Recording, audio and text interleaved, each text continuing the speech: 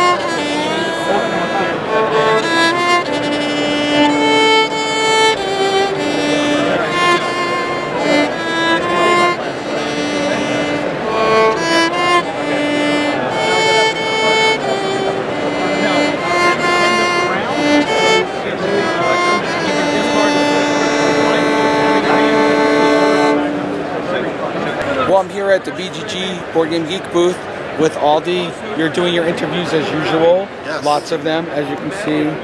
There's in the middle one right now. Andrew Looney. So how's everything been going here? Oh my gosh, it's been going great. It is crazy this year. I don't know if you've felt the same excitement and electricity from this year, but it is crazy awesome.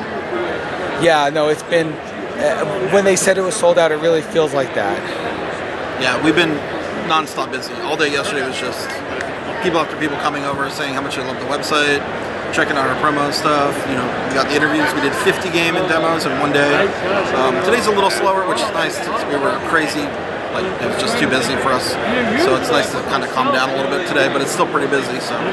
Well, speaking of the website, I don't know if you know yet, but I just got approved to go for the Guinness Book of World Records for the largest board game collection.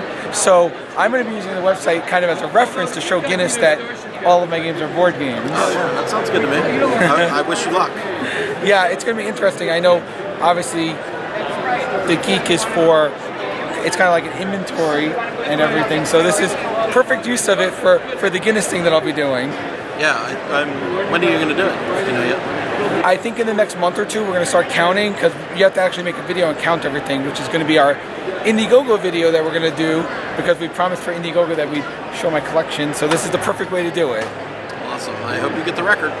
Hey everybody, we're here getting ready for our live show. Look at this crowd. Woo! It goes all Turn that stupid camera off, Jason! Shut up and let the people in for crying out loud! Shut the door! Well, I'm here backstage getting ready for the live show. Here's our voice doing his exercises. La la la la la la la. How are you feeling? Are you ready for the show? I'm ready. I'm ready. What are the I'm special terrified. surprises? I'm terrified. I hear it. So many. Tell us about the announcements. Give my viewers a sneak preview of the announcements that they'll see a week later. Very special announcements. World changing for the Dice Tower. and for the world at large. We're just like recording. Hello. Here we are with our sponsor of the show, Stronghold Games, sponsoring our live show here. The light is not good here. Stephen Montgomery. I don't look good in this light. You look good in any light. I gotta put this here so I have extra light now hitting my. You look good in any light. So, thank you again for sponsoring us as always. Thank you. Thank you. Stronghold Games. We're very excited. How's your convention been going? It's awesome. Yeah, great time. Everything's, the buzz is great. I mean, got a whole bunch of Flamme Rouge here to give away, and we're gonna give away more after the show at the booth tomorrow. Tom's gonna be drawing some numbers. It's great show. Nice. And the maps came out. The new maps for Terraforming Mars, Hellas, and Elysium here. We got Pit Crew here. We got Jeff Engelstein's. Pit Crew, which is his second solo design, so things are really good, busy, crazy, and I can't believe I'm going to spend 2 hours here with you and Tom. We're going to have a great time. We're going to have a good time, definitely. Okay, I've got the guy here. Are you ready? Are you ready for the show? It's going to be awesome. I forgot to ask him about the singing, but I think he will let me. Maybe. Turn it over. As you can see back here, greetings from Fireball Island. Flip that sign over. Tom got totally surprised. This is going out to them. Restoration Games making it. They're sending it to Tom at the Dice Tower. Well, I'm over here at the Yellow booth, and I'm with brand ambassador Allison Hayslip. Hi. And we just had a great interview, which you guys will see the whole interview and probably before this comes out, because I know the interview's more important than this blog. Things just got real timey-wimey. Yes, we don't know. It's gonna be a twist of time. It's kind of like a mountain of madness at this point. Yeah. Are you enjoying this convention? Is this your first convention? This is my first Gen Con. This is your first Gen Con? I had no idea what to expect. It's awesome. Yeah. And the Yellow party was amazing last night, wasn't it? So Yellow fun. always does good events. Although I got so wrapped up in playing Mountains of Madness that I turned around and all the food was gone, and I got very upset. I was like, I didn't get to eat yet, you guys. Don't worry, it was only hors d'oeuvres, so you didn't have to worry too much. So you're here, you're doing brand ambassador stuff. You're also doing autographs and meeting fans and everything. Yeah, it's been really cool. People having me sign my little Alley-san piece. Yeah, no, that's great. We were talking about that because, as you guys know, we have the Iron Rook. It's a battle. Which one will be the true king of Tokyo or New York? Well, we're doing our typical Friday night walk, that kind of walk, where we wander, show you the areas that you don't see during the day because we're in the exhibition hall. We hear that I wander as I wander. Besides hearing Tom singing, we hear that not only is True Dungeon at the stadium, but they actually opened the floor of the stadium. So it's going to be very interesting to see what it's like with board games with giant stands around them. Have you ever felt like a sports star before, Tom? This is like Andrew Luck coming out of the tunnel. Yeah, because he looks like this, baby. And look at that. Imagine having a crowd like this. We should do Dice Tower Live here next year. Can you imagine the crowd? No, this would not be filled. It would be a nice feeling. I think we could totally fill this. What do you think, Tom? Dice Tower Live? No. In the stadium? This is pretty insane. Gaming here on the football field.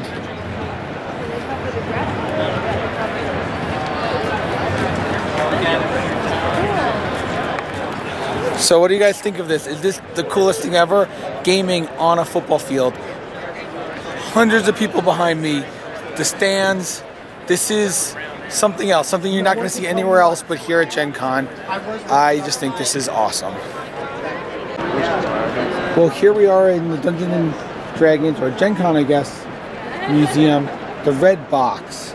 This is the box that, like, if you were anyone, you had it.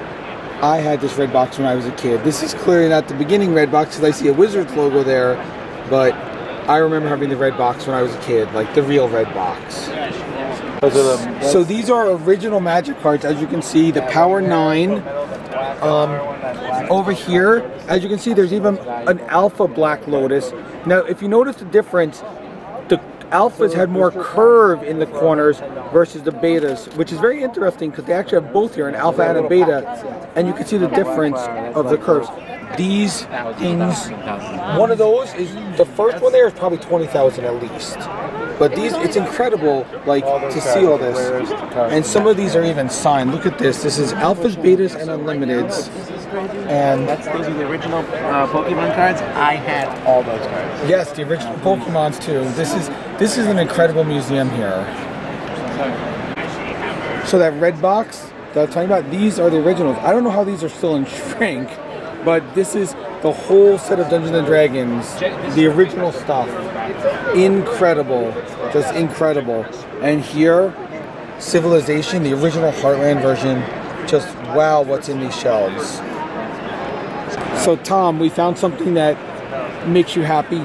The original Eon version of Cosmic Encounter. Look at that thing. Yeah, and it's in shrink too, which is really impressive, unless they re-shrank it. I have no idea, but I've been seeing a lot of things here in shrink, so I'm very curious if they were re-shrunk or not. Look, here's like a letter from Gary. Here's a letter from Gary Gygax. That wasn't, those were side by side. Really? Wow.